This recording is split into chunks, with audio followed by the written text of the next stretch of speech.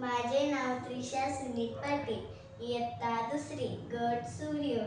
माझ्या शाळेचे नाव आहे मॉडर्न प्राथमिक विद्यामंदिर, यमुनानगर, निगडी. आज मी एक नाट्यछटा सादर करणार आहे. माझ्या नाट्यछटेचे नाव आहे वहा रे पाणी टंचाई. आई, मी हातपाय धुते ग. काय म्हणतेस? आज संध्याकाळी पाणी येणार नाही. आज पाणी टंचाई आहे.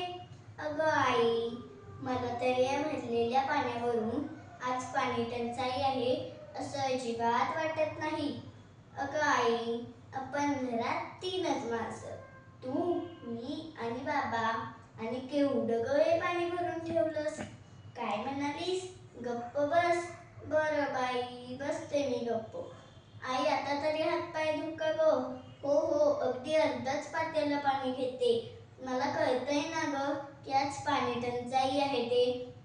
शिवाय शाळेत बाई पण सांगतात की पाण्याचा वापर कमी करावा, आपल्याला आवश्यक तेवढंच पाणी घ्यावं. आणि आई, तू 3 माणसांसाठी केवढं ग हे पाणी भरून ठेवलंस. अगं अगं अगं, ते भरलेलं पाणी का ओतून दिलंस? काय म्हणतेस? शिळ झालं ते? काल भरलंय ते? अगं आई, तूच तर मला परवा पेपरमध्ये वाचून दाखवलंस की पाणी कधी शिळ होत नाही म्हणून. काय म्हणतेस? मला शहाणपणा शिकवू नको. नाही ग आई, मी नुसतं सांगितलं. आई, जोशी काकू येत आहेत. बघ बघ, बादली घेऊन बहुतेक आपल्याकडेच येत असतील पाणी मागायला. काय म्हणतेस? कटवून लाव त्यांना. अगं आई, तुला एक बादलीभर पाणी द्यायला काय हरकत आहे ग तुझी? काय म्हणालीस? धपाटे खावे लागतील? बापरे, गप्प बसलेलंच बरं. कोण? जोशी काकू का? तुम्हाला एक बादली पाणी हवंय?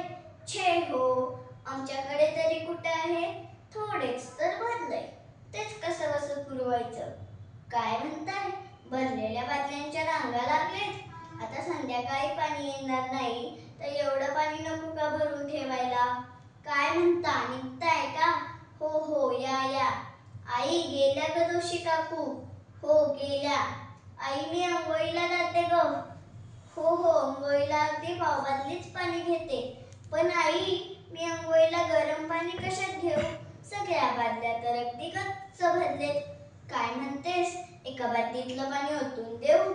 वा ग वा, मगाशी जोशी काकूंना एक बादलीभर पाणी द्यायला काचकूच केलीस आणि आता पाणी ओतून देऊ म्हणतेस.